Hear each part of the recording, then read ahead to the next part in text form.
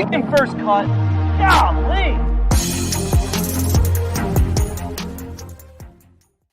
What's up, YouTube? Rory McIlroy saves the PGA Tour, and we're going to declare it an open week. Hit the like button. Make sure you're subscribed. We'll jump into it right now. Welcome to the First Cut Podcast. I'm Rick Gehman. That right there, Greg DuCharme. Greg, oh, mama, we are going to be hot and heavy here. Rick, not only did he save the PGA Tour, but I think he saved me. Rory McIlroy saved my life today. I'm just so thrilled about it. Oh, Kyle Porter is here. KP, we're not even at the major yet. This feels like a major with the way this week went. Honest to God, I forgot the U.S. Open was next week. I just forgot. Like somebody, I think Justin Ray tweeted that he's like, it's U.S. Open week. And I was like, oh my gosh, it's the U.S. Open next week. That's how this week has gone.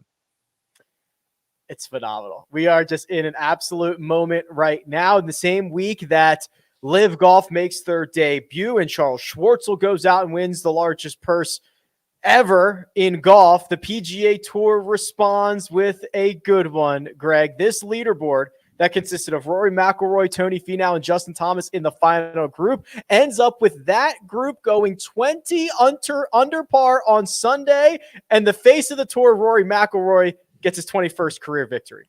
A 62 and a couple 64s in that group. I mean, it was just awesome to watch, and it just highlighted in so many ways what we get very often in these PGA Tour events, where it doesn't necessarily matter what the field looks like as a whole. It matters what happens down the stretch. And we get so often, you get the best players playing their best golf coming down the stretch to win. And it leads to just greatness. And that's what we saw today. I mean, Rory went into a different gear. And I think when you heard what he said afterwards, he was motivated by more than just trying to defend his title at the Canadian Open. Noted that his 21st victory, KP, was one more than someone else. That someone else he refers to Greg Norman, who had 20 career PGA Tour victories. Rory McIlroy made it even more clear in his post-round press conference, had a little extra motivation, plenty of incentive out there at St. George's. Yeah, it was sick. Rory is, I wrote this in my like recap after the round. Rory is the soul of professional golf, and on a week in which the PGA Tour needed it, he was the soul of the PGA Tour, and Live Golf kind of disclosed that it doesn't have a soul, right? And so you have those two things. Greg's excited about that. Yeah, I like that one.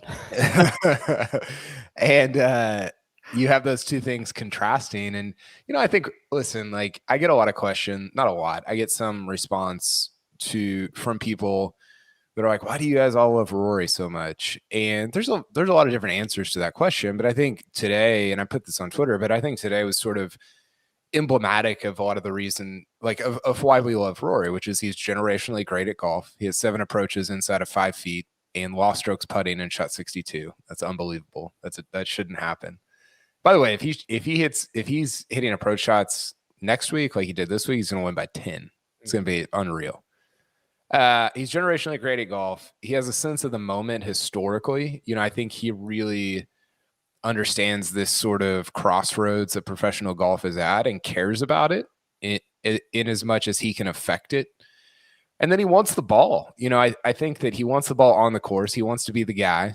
And then he obviously wants it off the course as well, in terms of, give me the mic. I'm going to say something that is not like incendiary, but to those of us who follow closely, it kind of is, right? And it's just like, it's the right amount of sort of fire that you want to bring. Fire is the wrong word. It's the right amount of what am I trying to say here?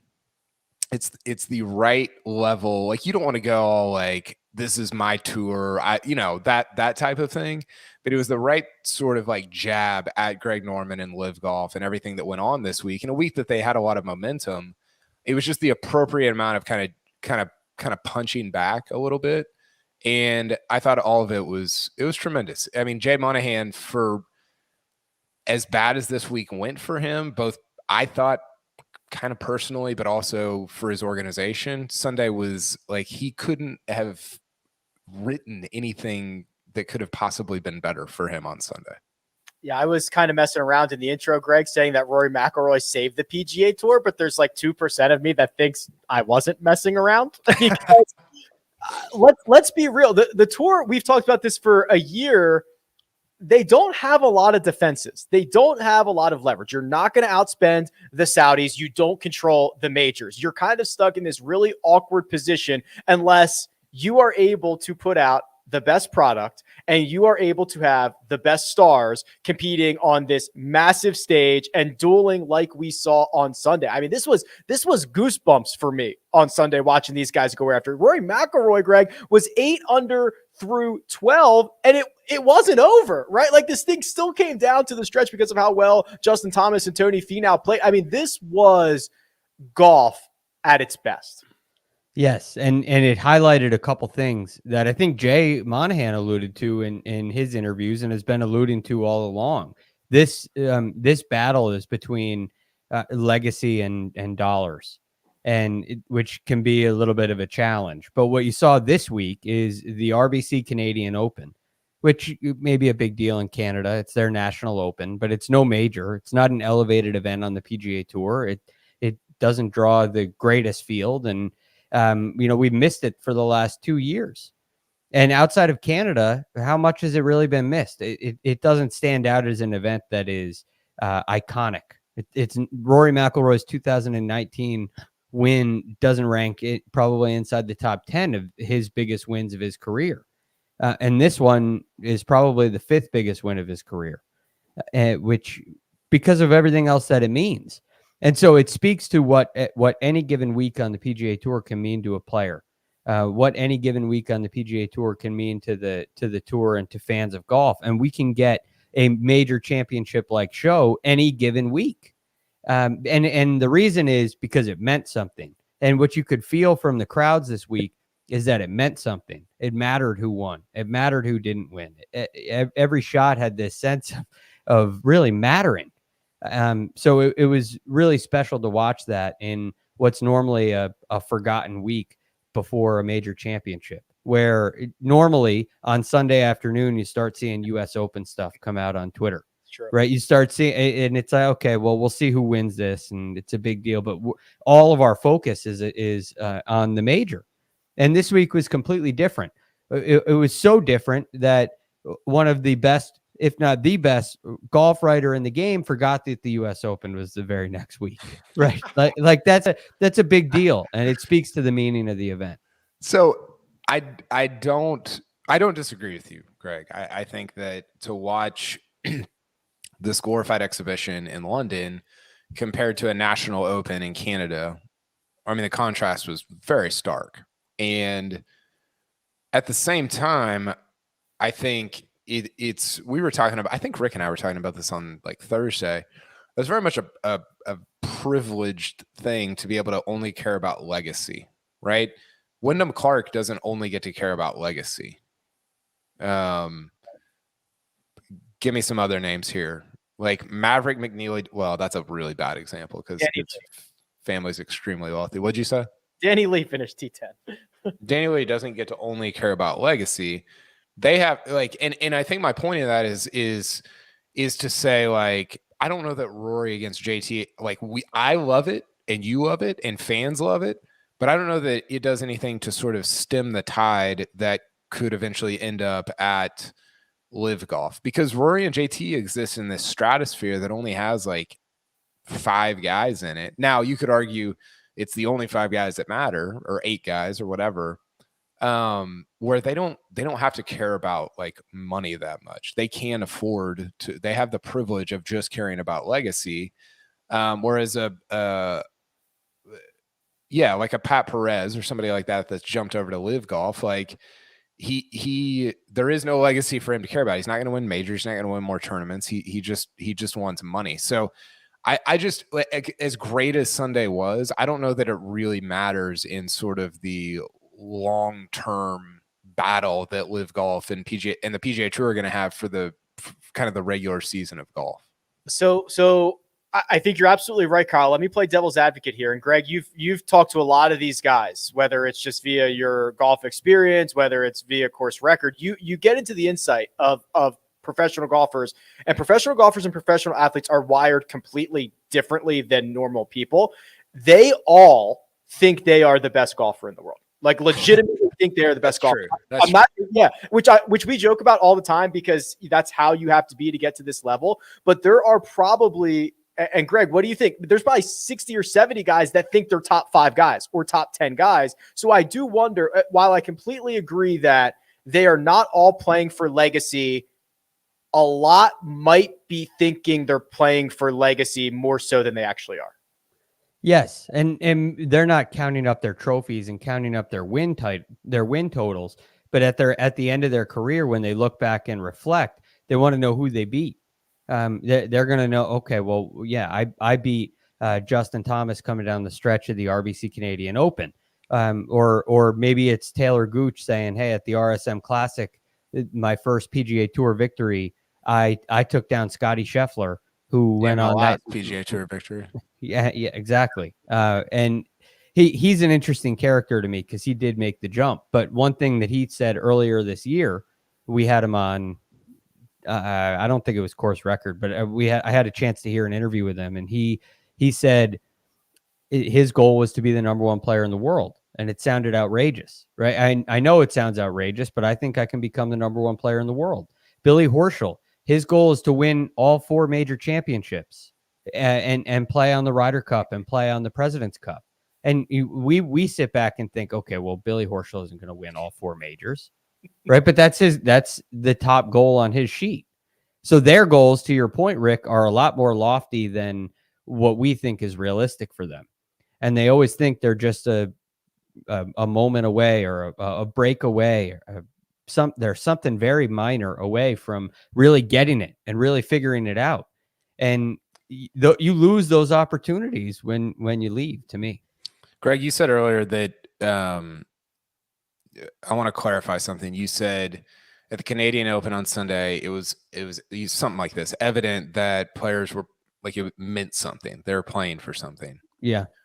What did you mean by that as compared to, let's say, the Live Golf event in London this week? Why were they not playing for something? Explain that. I was looking. So there are things that happen when you win on the PGA Tour that you get as a winner. There's a 2-year exemption. There's the FedEx Cup points that you earn. There's the exemption into major championships, a trip to Augusta National, a trip to the Century Tournament of Champions. I was doing a little bit of U.S. Open research, and you look at the list when you win a major. It's exemption for the next 10 years into the U.S. Open, 5 years for all the other majors and the players, 5-year exemption onto the PGA Tour. There are these long lists of things that you earn when you win. And when Charles Schwartzel wins this week, I'm not sure if they're going to kick him off next week if somebody better comes along. But there's nothing other than, $4 million, which is a lot. But you sit back at the end of your career and you look at it, and I mean, is that what you're thinking about? And look, that's personal to every individual player. But to Rick's earlier point, the athletes that I've heard from, that I know, they want to beat the very best, and they rarely come at it as a junior player, as a kid, in the essence of, well, I'm going to have 14 Lamborghinis. And if I get 14 Lamborghinis, then it's going to be a successful career for me. No, it's 16 trophies, right? Or 25 trophies, or however many, you want to have the trophies and the accolades and the statement that you beat the very best. And it felt like that this week. It felt like the fans had that, and it felt like Tony Finau had a chance to beat some of the best players in the world. Who are playing their best that week. Yeah. So I guess that's what I mean. There's a much greater depth to it than what we saw this week with Liv. I think that, again, I listen, like I want to be clear that anything that I say positively, like, I am not for the Live Golf stuff. Like it's not good for golf. It's not a good organization. Like, am I for some of the blueprint that they put out there this week? For sure. And we can talk about that. But anything that I say positive about Live Golf is not a indication that I am a proponent of it succeeding. That having been said, I do wonder if some of these guys that are going to, especially some of the younger guys like Bryson or whoever that are going to Live Golf, are looking at it and saying like, man, I really think that money wins out, and 5 years from now that this is going to be the best tour in the world. And I'm simply getting my 100 million at a time where they're still paying that stuff out. Because 4 years from now, when 46 of the best 48 in the world are there, they ain't paying 100 million to the last two. Rory and JT are still going to be playing on the PGA Tour. They're not paying 100 million to them because they'll either just come over or they don't need them, right? And so I was thinking, here's the thing I was thinking about, and I'd love for producer Jacob to jump in here because he's pretty well versed in this. I think the thing that has some people really upset about the PGA Tour and Live, like everything that's going on here, is the fact that Live Golf is not a meritocracy, right? One of the cool, and that's like what you're saying when you're saying you're playing for something, it's meaningful, is not in addition to winning like a historical tournament, a Canadian Open. Every shot is worth $50,000, $100,000. Every shot is meaningful, and while that's true on the Live Golf Tour, it's also true that guys are getting contracts to where every shot is not meaningful, which is a lot like other sports, right? You can if LeBron doesn't make a bucket this year, he still makes $45 million, which is just how other sports work. And the sport that I was thinking about, and this is why I want Jacob to jump in, is F1, because F1, there's no playoffs, there's no majors, there's nothing beyond their regular season, and all their driver contracts, as far as I understand, are guaranteed. And so in a sense, it's a little bit like all these little exhibitions all over the world, and yet they generate immense interest, and it's extremely compelling, even though it's just sort of like it's sort of like an exhibition regular season where the drivers are getting paid whether they finish first or last, right? Like they're still getting paid by their organization, and you're not playing anything. You're not playing for anything beyond like, well, I won Monaco or I won Miami or whatever. I don't know. What do you think about that comparison, Jacob? Well, first of all, there are incentives for winning the most amount of points on a team level.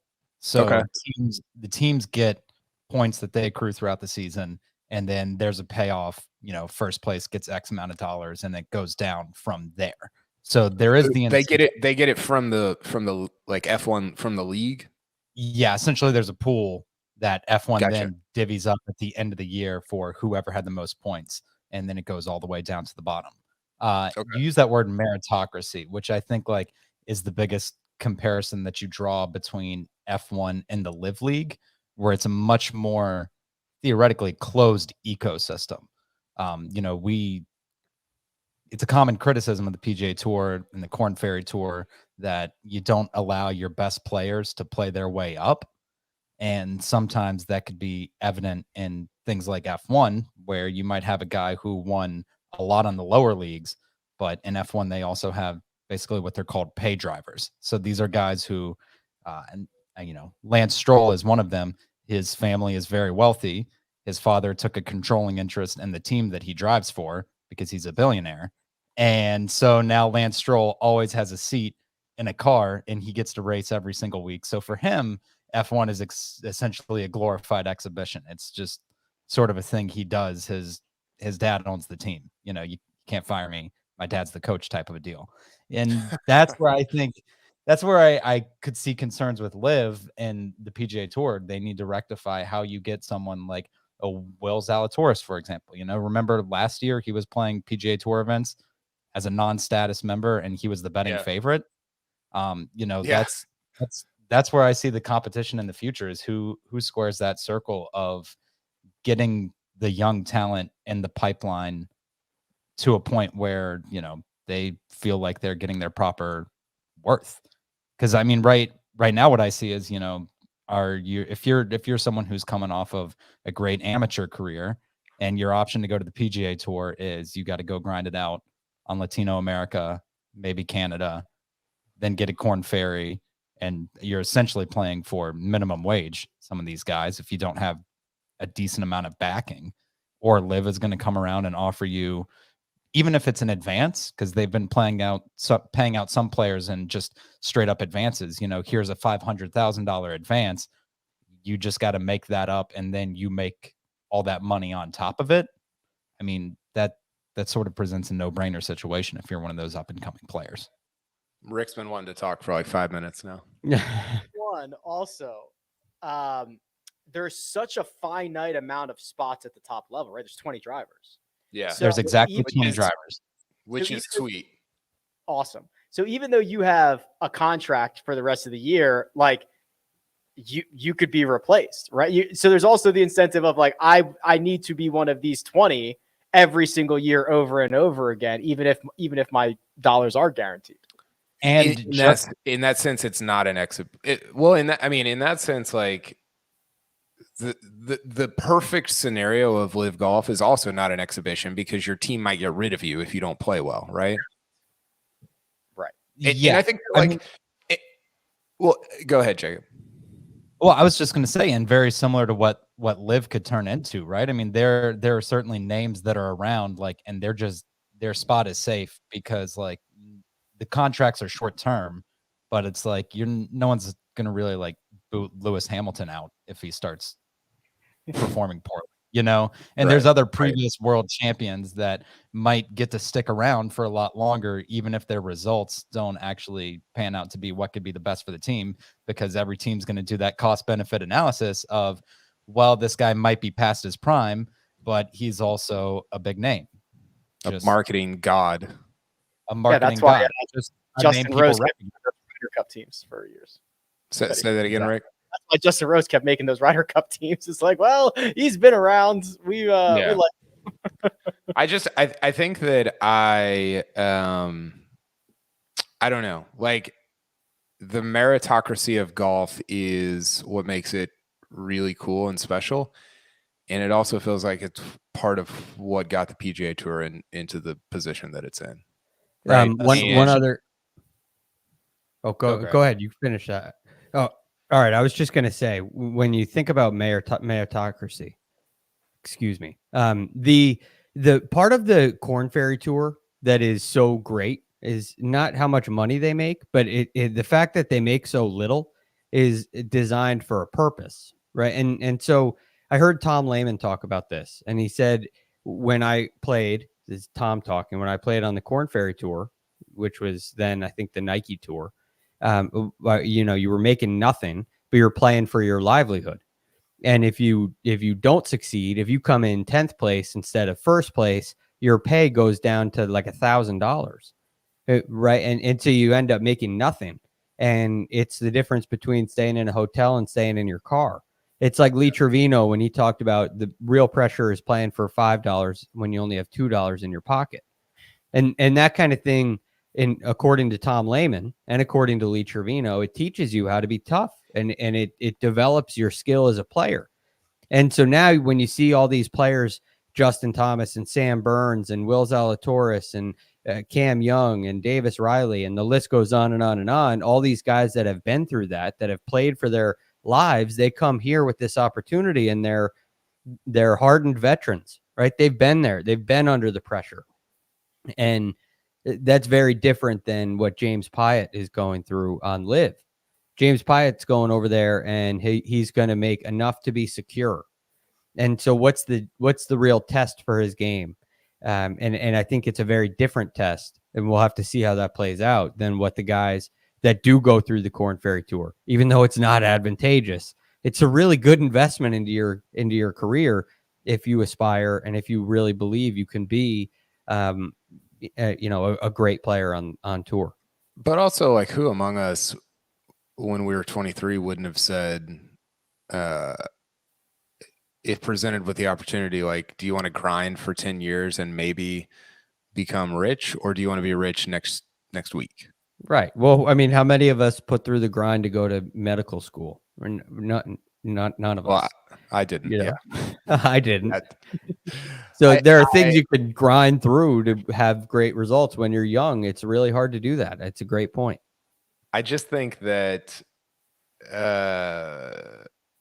again, I'm not pro live golf. I do think they presented a product this week that made me say, hell yeah, like that was awesome.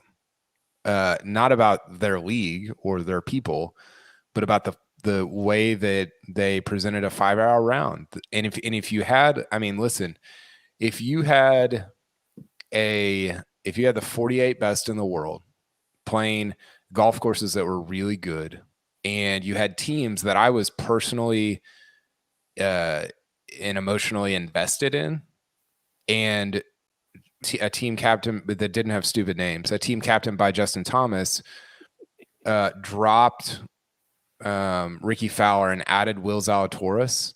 I mean, that sentence that I just said would be like 3 podcasts and 10 articles. It would be fun. It would be fascinating, right? And so, like, we don't have to go too far down this road, but I think Liv like legitimately presented a product that I am way into. And if you brought the Finau, JT, Rory, Sam Burns, Scheffler, all that crew that was playing the Canadian Open, and you put it on top of something like, or I guess you put Liv on top of that field and those guys and all that stuff, and there was a team aspect involved, man, I don't know. I think I'd be way more into it than I ever thought I would be. What would Justin Thomas's team name be? The low spinners, the Team Grayson, the Wolves. They would by the way, all the teams would just be like tailor-made. Which sounds stupid, but then when you look at Ferrari and McLaren and Red Bull, and they have like a ton of fans, you're like, oh, this actually like, yeah, I think it works. I don't know if it should. I don't know if I like that, but I think it actually does work. I think it does too. So to put a bow on this, because we still have a million things to talk about. Rory McIlroy, 19 under par, wins the RBC Canadian Open, gets his 21st career victory. Tony Finau finishes solo second thanks to draining a bomb on 18, 2 shots back. Justin Thomas finishes 2 shots back of that solo third. Greg, did you see there was kind of a elongated hug between Justin Thomas and Rory McIlroy after that round that felt like 2 heavyweights that just went at it for 18 holes with a lot of respect and a lot of good feels in that moment. Yeah, and everybody's feeling good. I mean, Justin Thomas makes 2 bogeys coming down the stretch, and that's a little disappointing. But he knows he just shot 64 in the final group with Rory McIlroy, who just shot 62. And there's no way that you're playing a round of golf shooting 64 and 62 and not having fun, right? Not appreciating what the other guy's doing. It's an extremely memorable round of golf that I think will go a long way for both of those guys.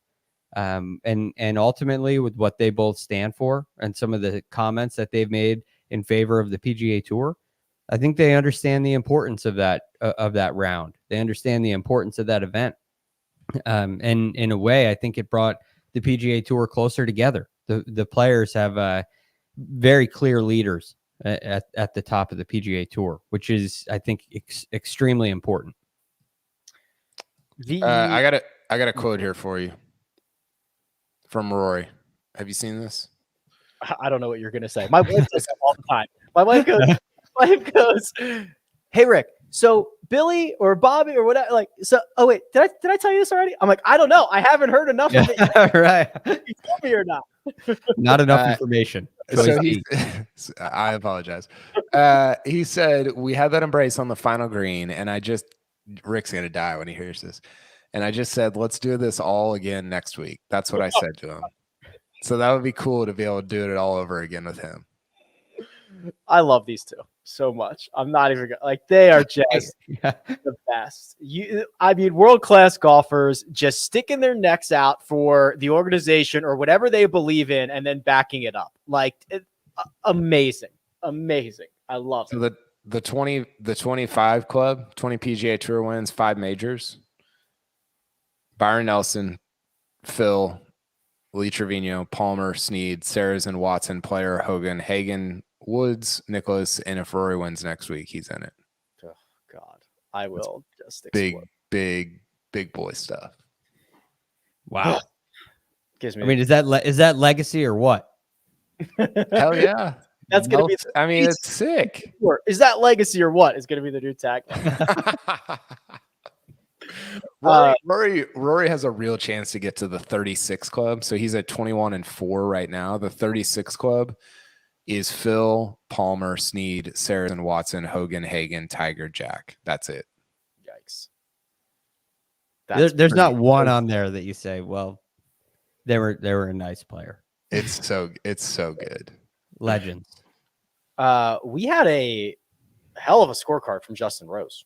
Shot a 10 under 60 that featured 3 eagles and 3 bogeys, including Greg bogeying 18, which has never happened since we started getting hole by hole data. So Justin Ray tells us that hole by hole data has been available for every round of 60 since 1990. Rose is the only player in that group to bogey his final hole of the round. Killer. I mean, this is it. It was so cool to watch because you have Justin Rose just shot 60, and he's extremely disappointed. Right? It's a disappointing 60. Which if all of those eagles were birdies, so that'd be what that puts him at 63, and all of the bogeys were pars. He still shoots 60. It's probably a very different reaction. Or if he just made a par at 18, if he made a par at 18 for 60 or for 61, he'd be extremely happy. Birdie at 18 for 61, it'd be like the most fun he's ever had on the golf course, like Rory at the Masters. It's just amazing how the flows of a round can change the way you feel about it. But it was cool to see him go. He just kept on going. When he turned to the second 9, I was a little worried he'd stall out because there's a lot of pressure when you get close to that number. And he just kept going. I thought for sure he was going to shoot 59 after 15. I mean, Nick Faldo said he was on 57 watch. Yeah, he was at 11 under, which is 59 when he holed out on 15. So 3 holes to go. You're like, oh man, he pars them all. He shoots a 59. It's on 57 watch. You know, if he goes a little bit lower, he could have got the $54 million from the Live guys. I said that on, I think I responded to somebody. I think it's maybe No Line Up on Twitter where he said he's on 57 watch. I said, does he get 57 million? Like, is that a thing? I mean, his card is crazy. He had so few 4s. I'm just gonna read his. He had 2 3 3, 4 3 3 3 3, 6 3 3 3 3 3 3, 4 3 5. That's insane. He had two 4s, 2 4s, and a 5 and a 6. And one of the 4s was a bogey. That is weird. That is a weird card. If he would have made par and shot a 59, it would have been the first sub 60 round on the PGA Tour by a European player, which is kind of interesting. It would have been the first 60 round on the PGA Tour with 3 eagles. It would have been the first sub 60 round with a 6 on the scorecard, and it would have been the first sub 60 round with multiple bogeys. All of those, I believe, are from Justin. I just now give Justin Ray credit for every stat that we can find, but that it would have been how come a European has never shot a sub 60 round? That's kind of amazing. That is amazing. And this is like the 29th craziest thing that happened this week, right? In a normal week, this would be like top 3. By the way, is it a normal sport thing that a European is leading is the face of the American tour and 3 Americans are the face of the Saudi Arabian tour? I think that is a normal sport thing. Volume 2 is going to be 900. I was going to say, the other thing that stood out to me about this leaderboard. So Rose, what did he gain? 8.5 strokes on Sunday? Yeah, something like that. So Finau gained 4.5 per round. And that's usually more than enough to win a normal, like a regular PGA Tour event, right? I think Rory gained over 5, which is like 20 for the week, which is like pretty, it's not rare, but it doesn't happen every week for sure. And I wanted to point that out about Finau because it was a great week from him too. He's been playing really good golf. T4 at Colonial and then second here. I bet him for next week. Yesterday morning. It's a good play. Yeah, we'll see. Okay, gents, we got more. Big J broke his silence. That's Jay Monahan. We've got to get. Greg's been fuming all afternoon about the shotgun start, so we're gonna have to pick his brain about that. We've got to declare U.S. Open week. We've got to go through our bets. We got to talk one and done. Lots more coming, but first we're gonna take a quick break and hear a word from our partners. And we're back. A little bit of inside baseball. We were backstage. We were chit-chatting about live golf. We were like, oh, the shotgun start, yada, yada, yada. That's interesting. Greg started on this just absolute diatribe of why he hates the shotgun start. And we had to say, wait. Let's just talk about this on the podcast, Greg. So the shotgun start, not vibing with you. Take the 4. 4 is yours. Well, I'll start with something that may surprise you. A shotgun start is a rare opportunity for a walk-off hole-in-one. It doesn't happen every week. I did accomplish that in a shotgun start. So this is not a biased opinion. I think that shotgun starts are perfect for events that don't have a lot of meaning. But if you look back to the oldest major championship, right, the most traditional of majors, maybe that's arguable, but the Open Championship won't even do split tees because the golf course is designed to be played in an order. And the order and the layout of the holes has a real meaning. Augusta National at one point had the 9s were reversed. Can you imagine if hole number 12 was hole number 3? Right? Amen quarter wouldn't be Amen corner. It would be completely different. So where that sits in the course of a golf course, it's extremely important. If 17 at TPC Sawgrass is your first hole of the day, that is completely different than your second to last. It changes dramatically. So I do think there's a real value in the order of the holes that are played. And I am a golf traditionalist, so I like the fact that the Open Championship starts 1 through 18. I think there's real merit to that. I think it really means something. And then the other thing is I think having players at different stages in the round is a really important aspect to me. Where you have somebody who can post, that changes the outcome that changes the attitude for the leaders. It changes the flow in this. So I think that's also important. If somebody's on the hole in front of you and makes a huge birdie putt on 17, and you're sitting back there, and maybe you don't even know that it was a birdie putt, maybe a par putt, like ironically, when Greg Norman was at Winged Foot and made a 20-footer on the 18th green, and was it Fuzzy Zeller waving the flag in the fairway because he thought it was birdie, he thought he lost. Only come to find out that it was a putt for par. So I think the order that holes are played, I think the being in the final group plays a major role, and I think it affects the outcome of the tournament. So I am anti-shotgun start, although the one good thing is you can have a walk-off hole-in-one. Yeah. I'm way in on the shotgun start. It sounds stupid. And even this time last week, I was like, this is stupid. But then I watched it, and I think it's super compelling because, and Rick and I probably talked about this on Thursday, but these days are so long. And listen, like I don't need it for the Masters. I don't need it for the Open Championship. Don't bring it to my majors like that. Leave those alone. But for the, I don't know, even like Bay Hill, if I can get everything in 5 hours and you've got, I thought that this sounds ridiculous.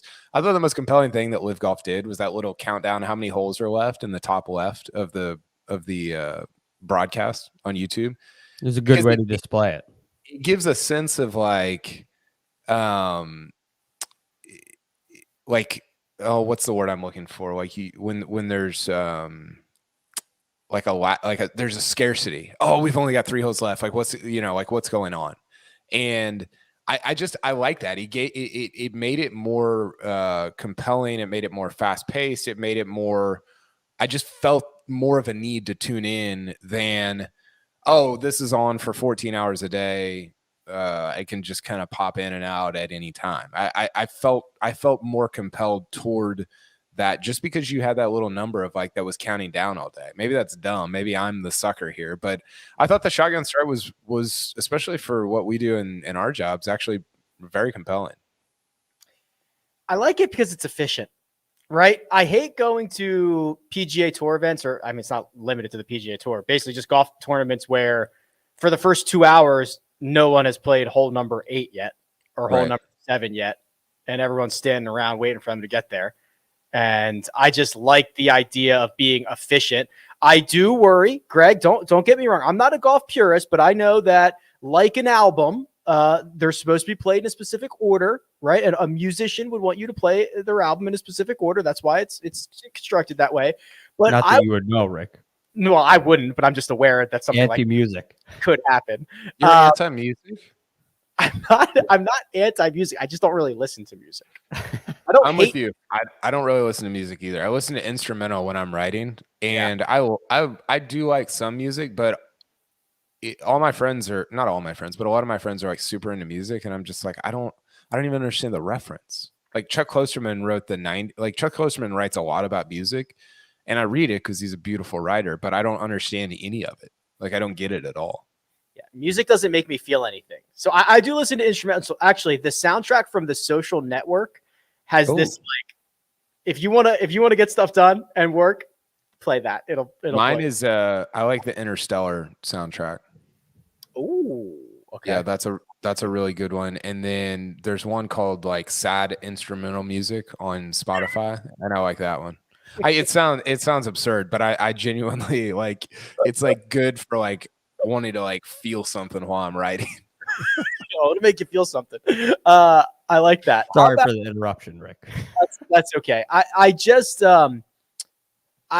think that there's a lot of positives for the broadcast and for keeping people interested if you can close the window of time that it takes to play around, whether that is less players, whether it is a shotgun start, whether it's only doing it on Thursday and Friday and then going back to your regular. I don't know. I just think there are definitely pros that come out of broadcasting for 5.5 hours a day instead of 14. Well, one thing is the only way it can work is if you have a limited field. So bringing it to the PGA Tour would be problematic. I mean, if you've been, I've worked at clubs and club member guests and club championships, and shotgun starts for Monday outings can be a nightmare.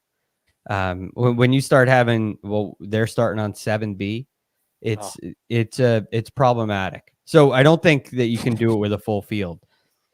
A limited field event, it can work. I already outlined some of the problems I have with it, but I also think that the full field is one thing that makes the field strong. It's one thing that makes it count a little more, and it typically brings us the best action.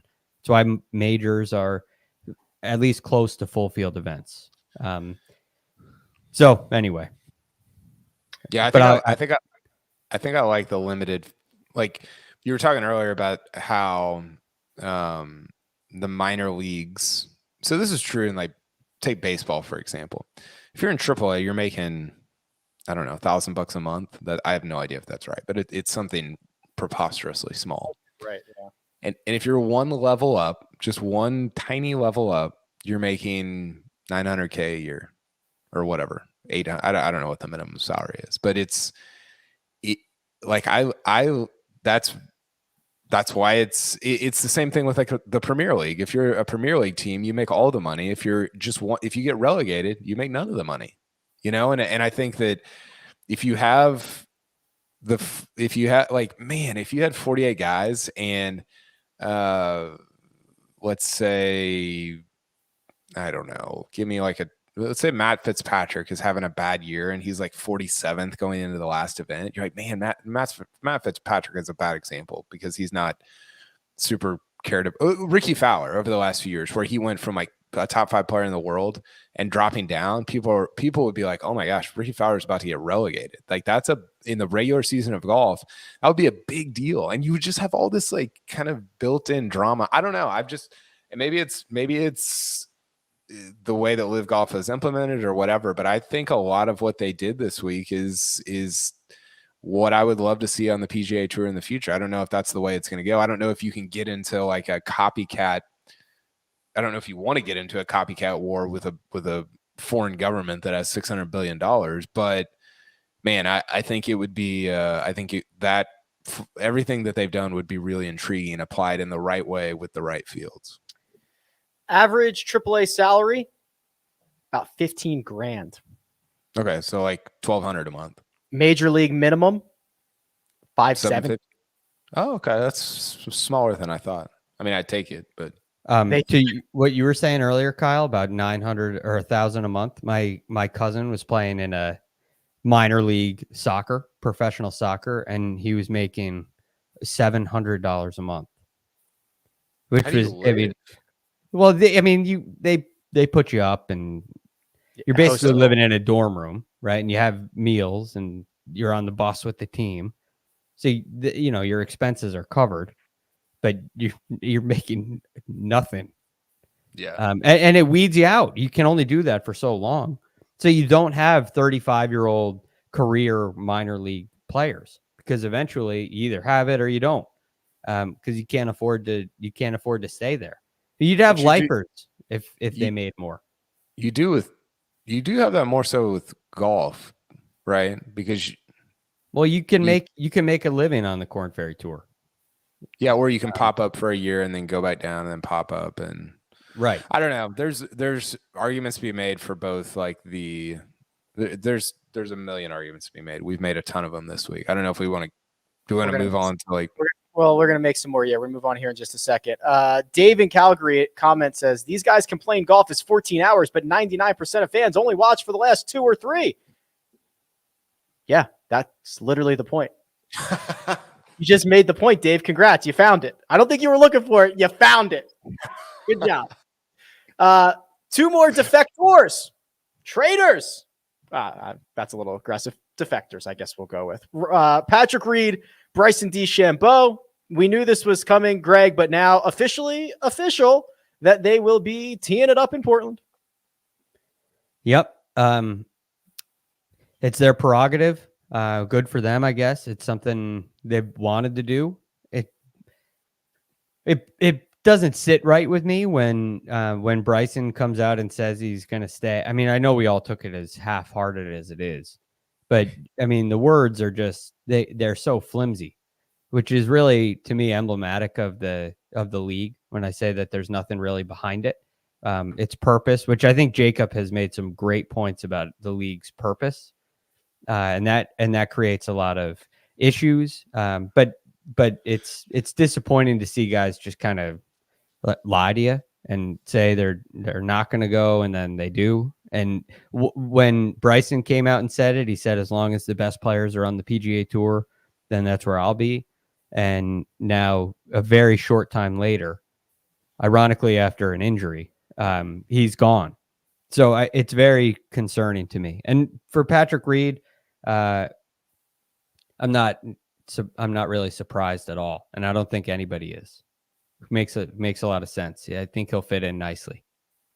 Well, speaking of that, you sort of have. I mean, this week was interesting because I don't want to get too deep into this because it's not always going to go this way, but it feels a little like, and people who follow wrestling will understand this reference. I don't follow wrestling. I don't know even what I'm talking about here, but you have like a villains tour, which I think is what has happened happened in the past in wrestling. I mean, you've got all these villains that have gone to Live Golf. I don't know if that was on purpose. I don't know if that's just how it played out. Bryson's a villain. Reed is a villain. DJ is not a villain, really. Who else? Sergio Poulter, if you're an American Ryder Cup fan, is a Poulter, big and Sergio can be a villain. Phil, I think I don't know that he's a villain, but I think some people might look at him that way, especially if you're comparing like him and Tiger, right? And so it's like the villains tour against the JT and Rory tour, like the guys that everybody or I think most people love. And that's super interesting. The other point that I was going to make, I said this on Twitter on Saturday. Henny Duplessis making $2.1 million, which is more than 213 out of the 253 guys that have made any money on the PGA Tour this year. That's a problem. And that's a problem for the tour. It's a problem for golf fans because listen, you have to understand, you have to realize that when Henny Duplessis is making $2.1 million, there is no business plan. There is no, like, there's not a path forward that doesn't involve the subsidization of your golf league. And when things are subsidized, there's always but you also have to do this, right? Because when you're subsidizing something, you like that, whoever is subsidizing it is owed, like believes that they're owed something. And when that happens, it might not come right away. It might not be in a week or a month or a year, but man, that bill comes due at some point, and I don't know what that's going to look like. Ooh, that bill comes due. How about that? I was actually, I was maybe not surprised, but I was happy to see that CBS, Greg, they addressed it, right? They addressed it. They called it out basically from the top, I think on Saturday's coverage, and then had Jay Monahan on Sunday to talk about it. And they really just took it head on. Yeah. And they reported the facts. You had Jay give his thoughts, which I appreciated, and I think it goes a long way. I know he took some criticism on Twitter, which, I mean, who doesn't? Who hasn't? Yeah, right. Is that what Twitter was built for? It seems like that. It seems like that. But look, I think ultimately Commissioner Monahan is in a very difficult spot. We've outlined this, right? You're going up against a sovereign nation who has, to Kyle's point, and I think this is brilliant. I think that Kyle and Jacob have made 2 points that a lot of people miss that really shape this entire league. One is, as Jacob's pointed out so many times, the purpose is not to make money. They can lose money for eternity. Their purposes are elsewhere. Their goals are elsewhere. And what Kyle said is there's no business model here, right? This is not a viable business model. And those two things shape what the league is about, where Commissioner Monahan, Commissioner Fincham, and everyone who's been a commissioner of the PGA Tour, they've worked to build relationships based on real things like ROI, based on things that based on a business model, right? We have a responsibility to our stakeholders. We have a responsibility to sponsors. We have a responsibility to a lot of people who are involved and make this tour happen. And that's an equity that's built up over time. So every dollar that the PGA Tour spends is earned in one way or another. And the competition has not earned any of it and doesn't have to earn any of it for their own business, right? I mean, you could say that what Saudi Arabia does is earning money. You could say that, but Live Golf didn't have to go out and raise money, right? They came together with somebody with a very clear intention, and they have an unlimited well of money now, and that's extremely concerning. I think it's concerning for the product. And I just think that Kyle and Jacob have been very good on that point, and it's a really important aspect of this that I think really complicates things. Yeah, I think there's two ways to look at the product of it. One is that if you don't have a business plan, then you're not incentivized to care about the customer, right? Right, exactly. But then the other way to look at it is like, if you don't need to have a business plan, you don't have to show commercials, and you don't have to do all the things that sort of gets in the way of the customer's experience. So I'm really conflicted about, I don't know which way that's going to go. The first week it went the latter way where they didn't show commercials. But I think in the long term, it's like, man, if you're not incentivized at all to care about your customers, I think the tour's done a bad job of trying to make its customer base too wide and not in lieu of making it deeper. Like the tour should be going deep with fewer people and not wide with all the people, I think. And so yeah, that was just one point I wanted to make about the way that a entity that doesn't have a business plan could interact with its customers going into the future. And doesn't that just put the PGA Tour in an impossible spot? Like, Yes. one of the biggest complaints is commercials, and they don't have to do that. It's not a fair fight, right? It's not a fair competition. Totally. Because it's like, well, spot.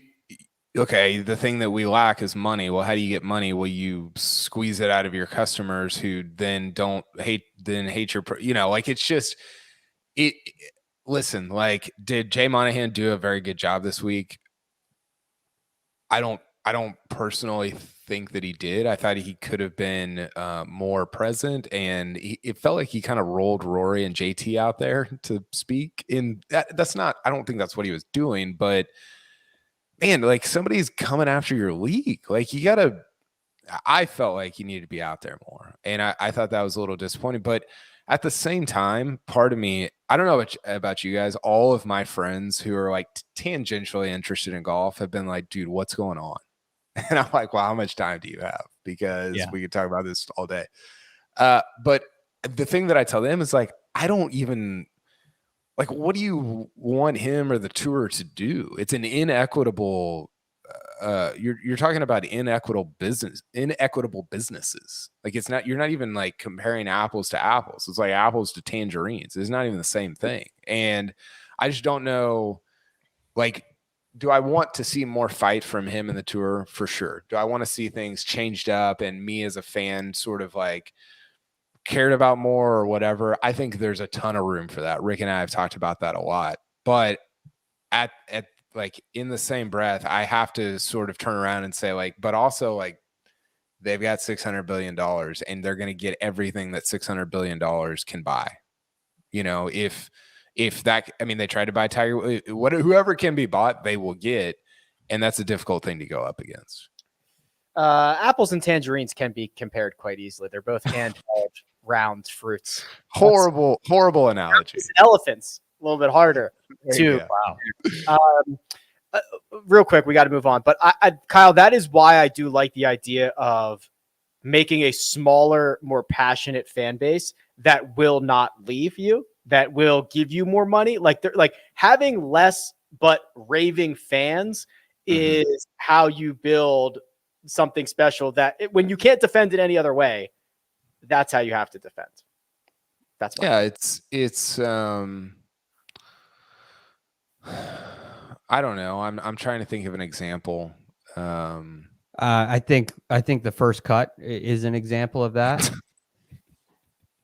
Seriously, like, the first cut has grown because there are people that really care about it. There are people that watch every episode. They watch on YouTube. They interact. They really care about it. And it's something strong because the people that care a lot. Not that there's a million of them, right? There's however many there are. They really care, and I think that's really valuable. It is, gentlemen. I think I'm going to do it. I'm just going to declare it U.S. Open week right now. Let's go. Yeah, baby. Are we ready for this? The Country Club. We're ready. I'm not.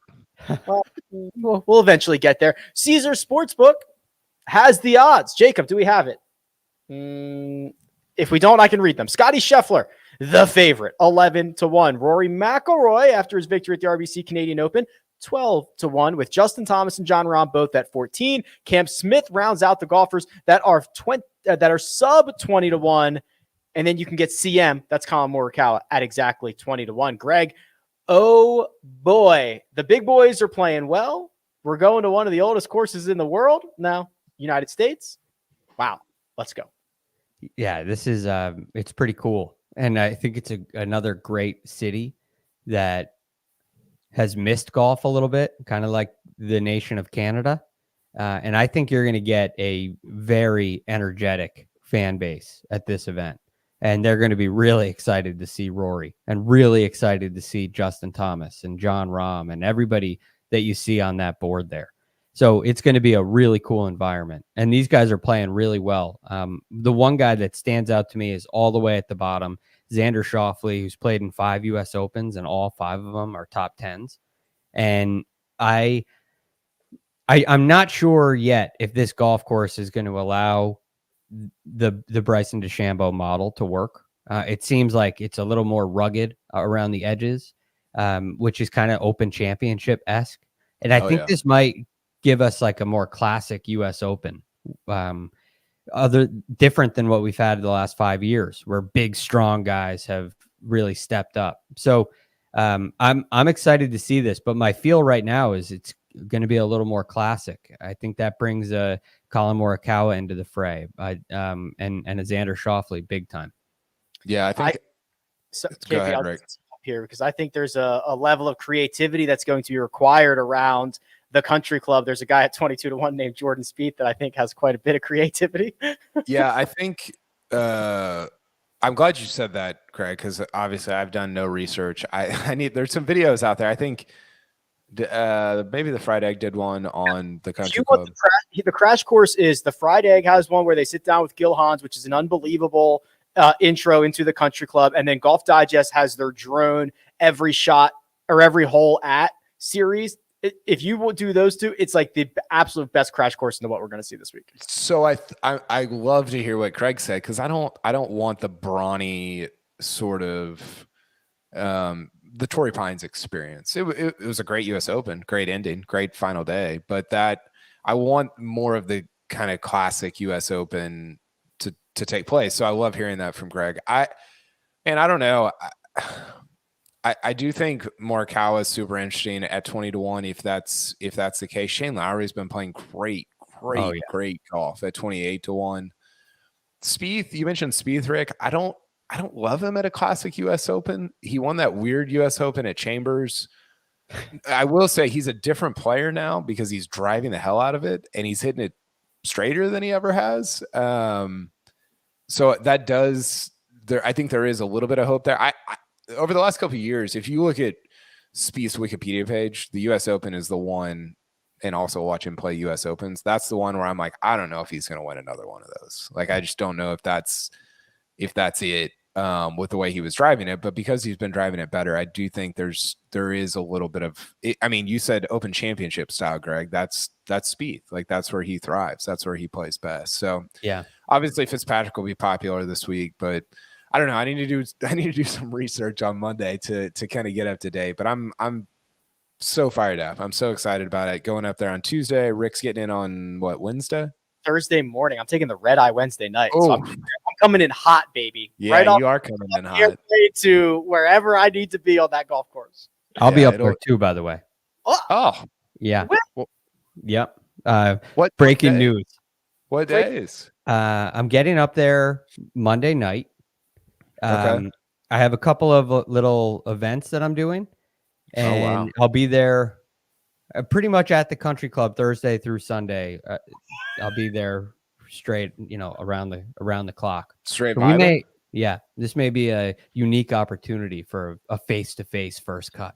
Jacob's going to be there. So I've seen Jacob and Kyle in real life, but have we ever had like three of us in the same spot at the same time before? Who's the designated survivor? Is it the coach?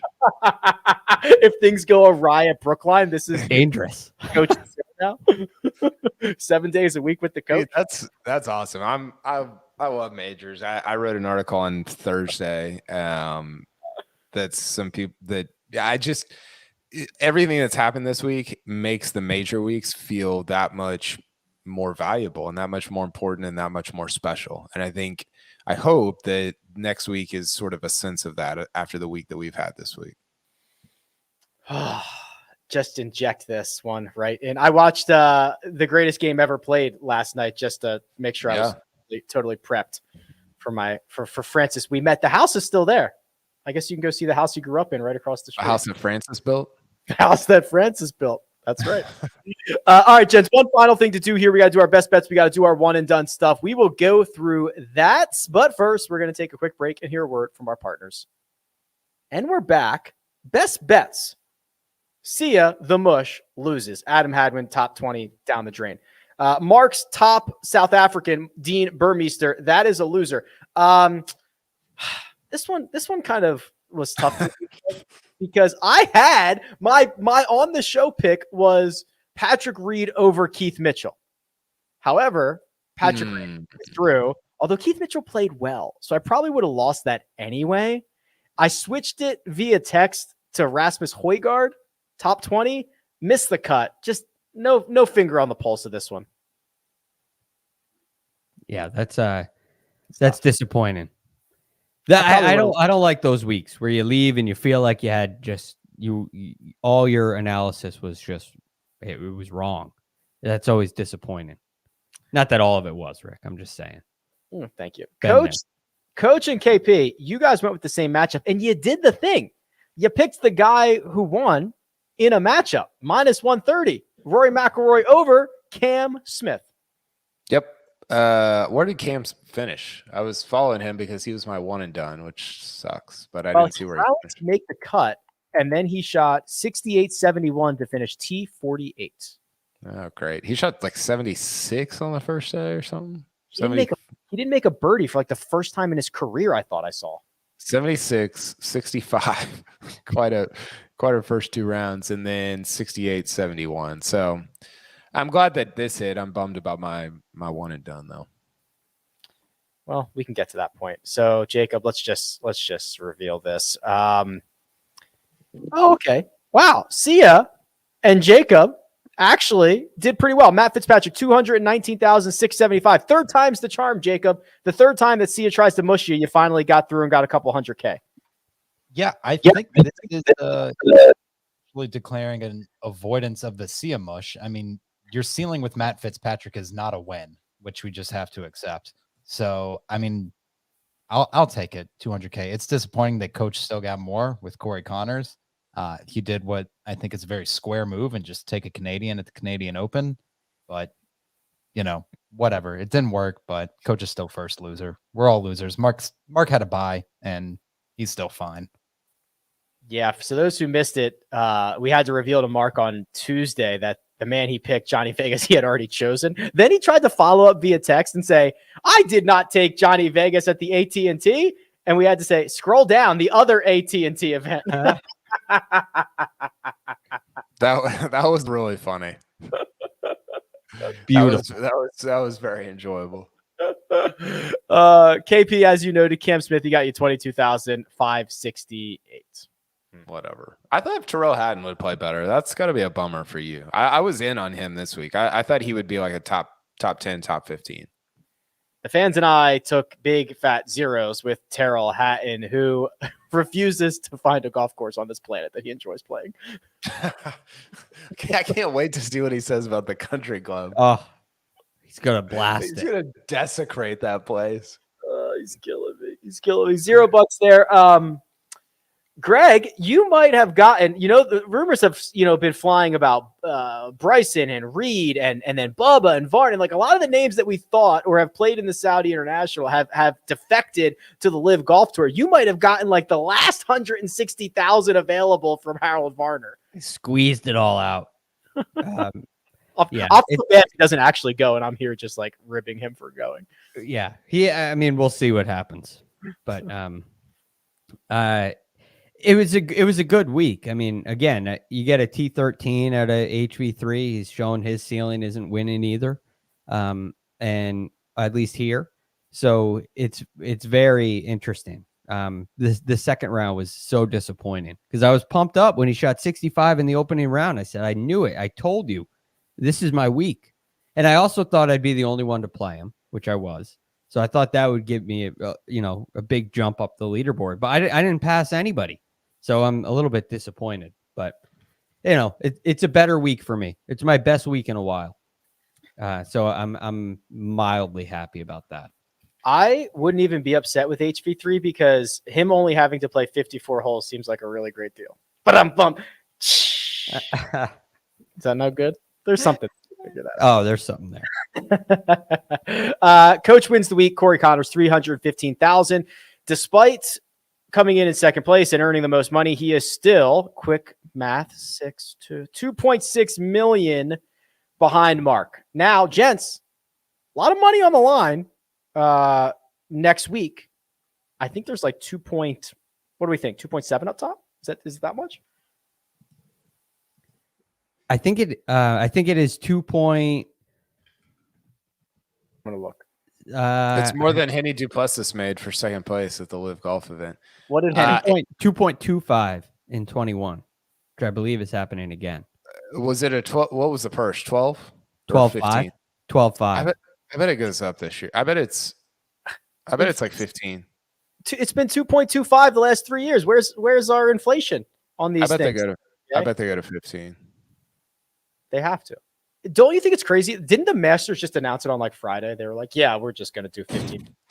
The Masters probably didn't even announce. They probably just like sent it out, just sent the money out. They don't take time to. They don't. Yeah. It's about history, Producer Jacob is just chomping at the bit here.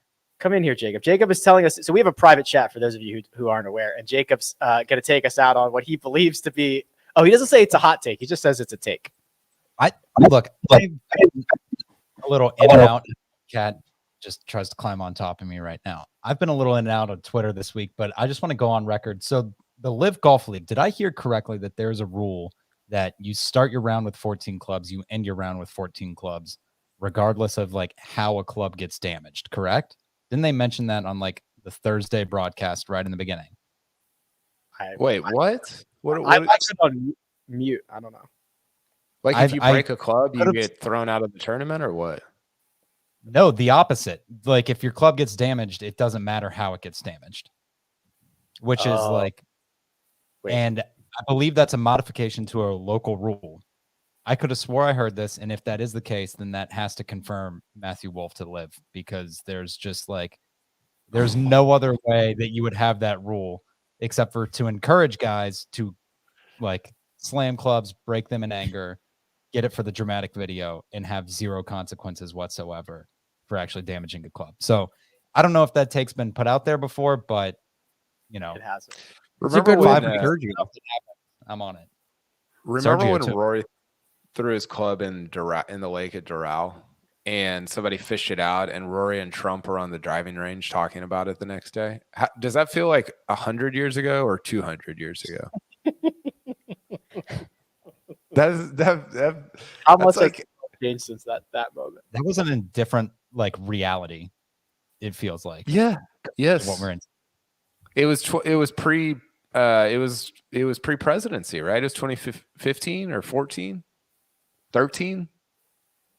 Doral was like a long time ago. I mean, when Patrick Reed won there, he was rather young. Yeah, it was one of my first years covering golf, and that just feels like, a different dimension. Like it feels like science fiction at this point. March of 2015. Here you go. Kyle Porter wrote an article for CBSSports.com. March 8th, 2015 at 2:38 p.m. Eastern time. Rory McIlroy fittingly ended Doral with a fake club toss and chip in. Yeah, that was the next day. Yeah. Oh, it was the next day. Yeah. Got it. So he must have done it March 7th. Yeah, I think that's right. And somebody had fished it out of the lake and Trump brought it up, like presented it to him on the driving range, and you're like, at the time it was like kind of goofy and weird, and now looking back you're like, that does not feel like it, like real life, like it actually happened. He memorialized it. What's that word? Memorialized. Thank you.